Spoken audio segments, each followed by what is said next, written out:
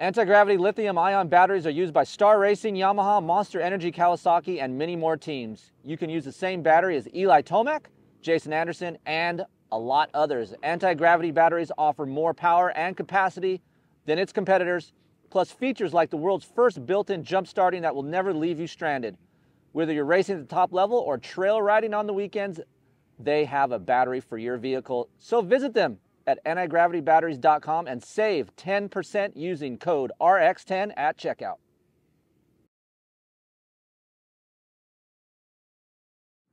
Welcome to RacerXOnline.com. Looking at the 2024 Kawasaki KX 250.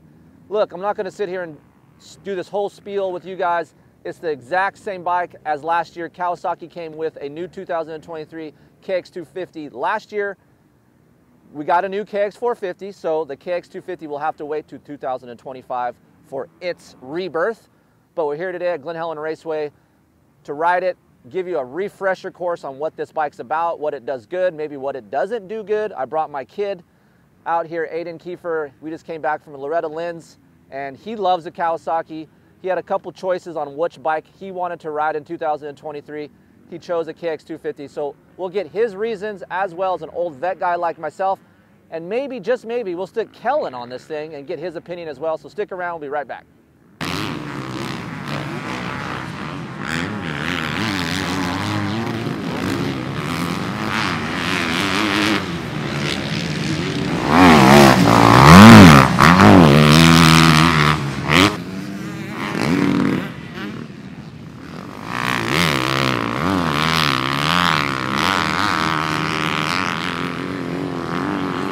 Okay, we're wrapped up here at Glen Helen Raceway today, 2023 KX 250. Basically a repurposed new model.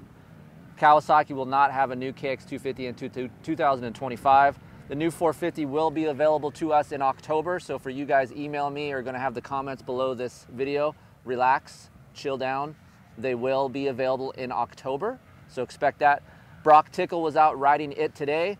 I got some feedback from him, but we will not release that right now, so you'll have to wait. Don't yell at me. But we decided it was Kellen Brauer's day. He's in the office a lot. He's grinding at Loretta Lynn's. He's busting his ass at work. He actually got to ride a dirt bike today. So what better way to get a soul rider's opinion than to get Kellen Brauer out here at Glen Helen Raceway? His whole outfit was pretty good, but then at the end here we have red Fox boots. We're going to work on that. That's my fault, I feel like, for not helping him in that direction, so we're going to dial him in. But Kellen, since you don't get to ride a lot, but you do get to ride 250s. Yeah, I do. You like 250s. You prefer that.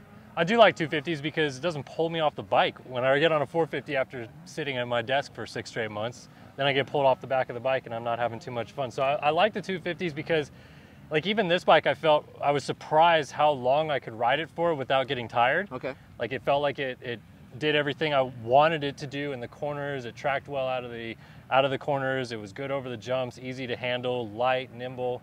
Normally when I come back after not riding for a couple months, I'll have to go out and do like 2 laps and then pull back in because I'm already pumped up. But I was able to do probably 6, 7 good laps before I pulled in the first time, and I was pretty happy with that. That's actually a full moto. It's a good little moto. Yeah. I mean, it was vet track moto, so you can't say it was. Oh, you're on the vet track. I was on the vet okay, track today, yeah. Yeah. So, but no, it was good. So I felt comfortable on it. Let's break down the engine real quick. For you guys that are not familiar with the Kawasaki KX 250, the 23 model and 24 is much better than the 22 model for a lot of reasons. Power down low and reliability. We are KX owners since 2021. We've had some problems with the 2022 being reliable in the engine department. We have not had that problem with the 23 as well, of course, 24. So when I say 23, just roll that into 24. Feeling wise, so if we're gonna measure up torque feeling out of corner, which bike has the most torque? Of course, the Yamaha has the most torque. But if you're looking for something in between a KTM and a Yamaha, here lies the KX 250 engine package. It has more snap, more torque down low than a KTM, so you get that more of an exciting feel down low, but you don't have that massive amount of torque and that feel that you do like a Yamaha, but it's very manageable. A guy like Kellen can hop on it, have a good time. Like he said, he can go 6, 7 laps without it ripping its arms off. However, Kellen, it is a little jerky. We were talking about that. So yeah. Where do you notice that? Yeah, first and second gear for me was really snappy, especially down low coming out of like a tight corner. You'd come out and you'd pop the clutch out a little bit, and then it would really kind of pull you forward. And then once you get into third, maybe fourth gear, that evens out when you're down low. Like I told you, I would stand up through a couple corners, third gear, no clutch, and it would just kind of smoothly ride all the way through. So yeah, down low in those lower gears, it feels like it goes like low to high quick. Yep. It goes from not a lot of revs to revved out on the limiter really fast. So I felt like I had to shift a lot with this bike, but once I got into a comfortable groove of, okay, you know, second gear, I know what it's going to do coming out of these corners, so I know where my shifting locations are. I know when I should be on the, you know, the clutch and get that shift off to make it into third and then fourth gear. Once I figured that out, it was real simple, but it is quick. Yeah, so what Kellen is referring to, what we call in the testing world, is it's a free-feeling engine. So it's very free. So what that means, it spools up really quick. So when you give it from 0 to 100 throttle percent, right, it spools up really fast and it just goes through the RPM range really quick, which just makes it an exciting feel, but that means you're going to have to do a little bit more work, you're going to have to shift, but it doesn't have enough torque and meat to be able to lug it around here in third gear unless you're really going around a long sweeper. But if you're in a tight corner, unlike a Yamaha, this will not pull third gear. You'll have to use second, and although it will rev farther than a Yamaha, it just doesn't have as much meat down low to be able to lug in third gear. Another thing that Kellen's talking about is how jumpy it is. You can fix that with the coupler system here. So they have white, green, and black. The green is a stock coupler. You can go to a white, which will give you more snap down low if you're a heavier guy like me. I like the white coupler, but maybe Kellen would like a black coupler, which smooths it out, it richens it up. So maybe he could use that power a little bit more, and it's a little bit slower revving. So you guys can switch the couplers and you know, to dial in however you guys like to ride. I do have some maps that'll be over on my website that you can just plug and play with the Kawasaki calibration tool. You can do that. So I'll have some maps that you guys can try back and forth. But overall, very fun engine to ride. Pulls farther than, like I said, the Yamaha. As far on as KTM, sometimes on top in third gear. Second gear, I feel like the KTM's a little bit longer, but third gear, very usable if you're revving it out up some of these hills at Glen Helen Raceway. The chassis is where this thing shines. Like, it's no surprise. A lot of other manufacturers try to measure up to Kawasaki's frame feeling. Glen Helen, very bumpy. Like, we know this, right? So even today we had some overcast conditions, a little bit of rain. Track's very good for traction, but still bumpy. Compliant, straight line is very good. I can use the edge of these Dunlop MX-33 tires and feel planted, and I feel safe. Kellen? Yeah, same thing for me. I would say first time riding it, I'd come into the corner and it would feel like it would push a little bit, but okay. I think that was more fork related, which is something that we worked on obviously between sessions. And so once you get past that initial lean, yeah, I felt a lot of, like you're saying, the compliance of leaning on the side of the tire wall a little bit and getting a lot of that forward bite that you're looking for once you lean into a corner like that, because then you're not in the middle of the tire anymore. You're obviously grabbing some of the side knobbies. And this all handles it really well. It feels very easy to kind of flick in and pull it back up, and it doesn't kind of jerk you in doing either of those motions. Pulls you one way or the other. Exactly, yeah. It's really easy. It's almost a little bit of like a BMX bike feel where you can just kind of push it where you want it to, and it'll react to you doing that. Very narrow feeling chassis between your legs here, and that's kind of what Kellen's talking about. Light, nimble, side-to-side movement's really easy. Again, some of that engine character enhances that feeling from side to side. So overall, a nice blend of stability and cornering ability.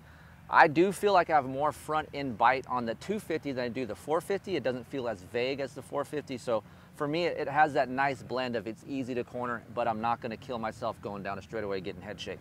The downside is the fork is pretty stiff. I feel like they made the fork setting, and we're in the KYB world here, unlike the 450 where it's a Showa fork.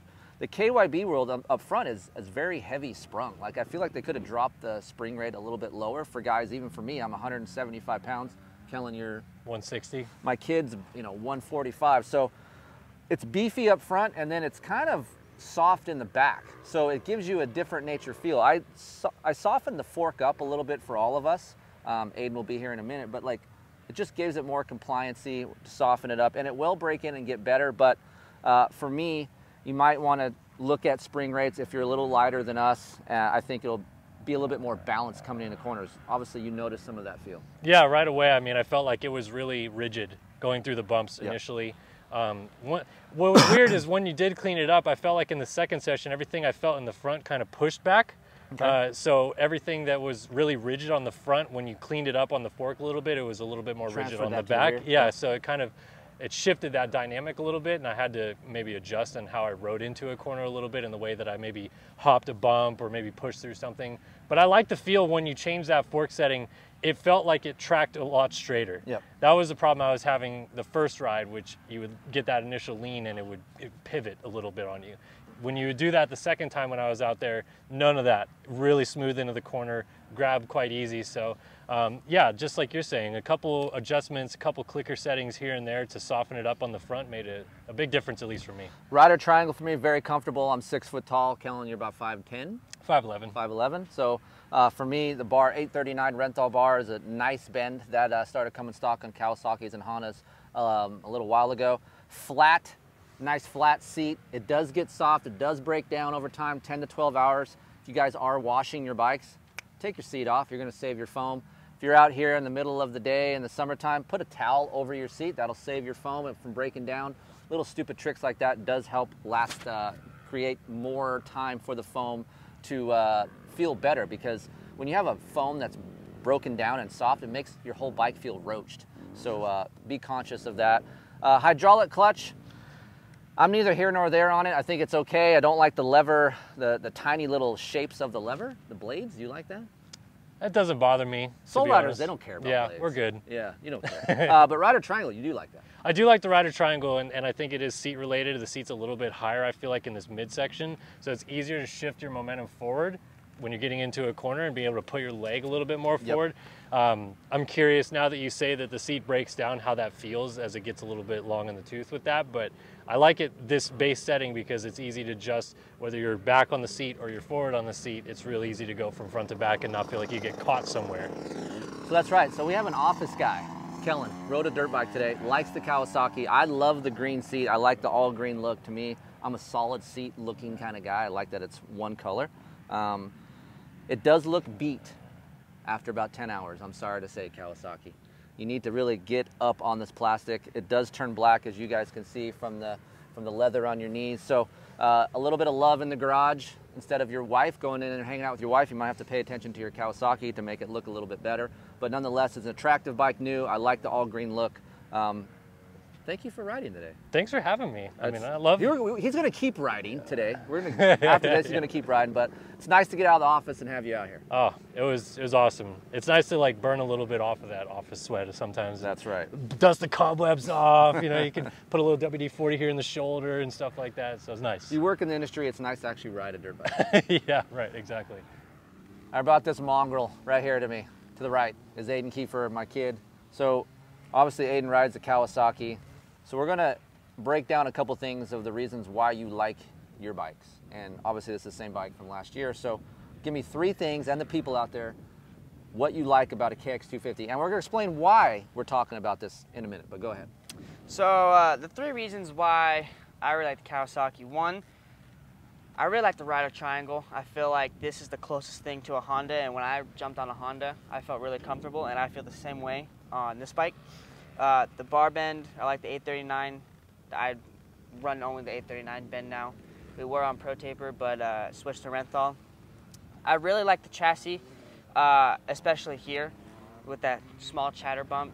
It feels very plush. Yeah. And I feel like I can ride to my full potential without having to worry about it. You stand up a lot, right? Yeah. So when you watch Aden ride, he stands up a lot in his corners. Do you feel like that kind of helps you, this bike kind of helps you do that? I do feel, yes, it does help me a little bit, just because I'm more comfortable on the edge of my tires, and I feel like I can dip into a rut while still standing up. So I feel like I'm very comfortable with that. And also sitting down too. I feel like edge of my tires, I have really good like tire contact. I have really good contact, yeah. Okay, third thing. The third thing is I really like the hydraulic clutch, to be honest. I tried cable clutch. Really? Yeah, I like the hydraulic clutch a little more. Wow, didn't know that. Yeah, I do. So why do you like a hydraulic clutch over a cable clutch? Just because it's easier to use, I feel like, and it's easier to manage. Yeah, it's more consistent, like it doesn't ever fade. That's one good thing about hydraulic clutch. For me, it's hard to to judge my starts on a hydraulic clutch, but this throw, this window on this Nissan on the Kawasaki is really good. There is a trick, because I don't like Honda Nissan hydraulic clutches. I end up putting a Kawasaki one on a Honda, and it's unbelievable. So, little trick for you guys out there on Hondas, put a Kawasaki Master on your Honda and live life to the fullest. So, Aden, 3 things, thank you for that. Look, we know Aden rides Kawasaki. You're like, oh, Aden rides Kawasaki, of course, he's gonna blah, all about Kawasaki. But I gave Aden a choice, 3 different brands, and he chose a Kawasaki. So as a parent, I want the best thing for my kid because he wants to be a racer. So the Kawasaki, of course, the Kawasaki Team Green program is awesome. That's one of the reasons why we went there. But also, he has to be good on a bike. And when I watch Aden ride a Kawasaki, he seems the most comfortable. Aden is right about the chassis. It's really hard to beat a KX250 chassis in the realm of stability. He stands up a lot, and he comes in the corners hotter than he should. And the Kawasaki does wash out on him sometimes. We have a lot of video of him doing that. But on the other brands, it was way more apparent that he did that. So on the Honda, he had a lot of oversteer. And on the KTMs, he just couldn't get into his corners quite as good as a KX250. So there's a lot of upside to this chassis. Obviously, you can make this motor even better. It's a lot easier to make a motor fast than to make a chassis good. That's an old saying we have in the testing world is, if the chassis isn't good, you're gonna have a rough time trying to go fast. But if the engine's a little slow, you can always make that better. So for me, KX250 is a great platform for a wide range of riders if you're just coming into the 250 class, or if you want to go racing and you want to look for some support, Team Green support. They're at all the races and they do a great job. So that's the refresher course of the 2024 KX250. If you need some more information, Kris@KeeferInkTesting.com. That's my open email for you guys for questions. I'll try to answer them the best I can and help you guys out to spend your money wisely. And of course, RacerXOnline.com and the RacerX publication. 12 issues. The guy behind me, he works a lot on the publication. $30. You always have some free prize or free gift when you order 12 issues. So do you like reading? You're the younger guy. Do you like reading? Sometimes. He doesn't really read Racer X magazine. It makes me mad. But you 18-year-old kids, you guys should do that. Be better than Aden. See you on the next test.